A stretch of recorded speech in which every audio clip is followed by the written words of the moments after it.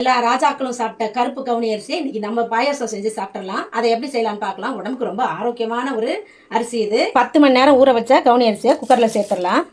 200 gram கவுனி அரிசி, 50 gram பாசிப்பயிறு, அதுவும் ஊற வச்சிருக்கேன் ஒரு 3 மணி நேரம், அதுவும் சேர்த்துடலாம். இந்த டம்ளரில் 5 டம்ளர் தண்ணி ஊற்றி வேக விட்டுக்கலாம். 1/4 டீஸ்பூன் அளவுக்கு உப்பு சேர்த்து 10 விசில் விட்டு எடுத்துக்கலாம். பாதி மூடி அளவுக்கு துருவன தேங்காய் எடுத்து அரைச்சி பால் எடுத்துக்கலாம். ஏலக்காய் விதைங்க உள்ள இருந்து தோலை எடுத்துட்டு நான் போடுறேன், அரைச்சி எடுத்துக்கலாம். அதோட சேர்த்து தேங்காய் பால் எடுத்துக்கலாம். செம்மையாக வெந்திருக்கு கவுனி அரிசி. 100 கிராம் நாட்டு சக்கரை அதோட சேர்த்து கிளறி எடுத்துக்கலாம். 3 ஸ்பூன் ஜவ்வரிசி ஊற வச்சு வேக வச்சு எடுத்து வச்சிருக்கேன், அதுவும் இதோட சேர்த்துடலாம். தேங்காய் பாலை சேர்த்துக்கலாம். நல்லா ஒரு கொதி வரட்டும். 1 ஸ்பூன் நெய் போட்டு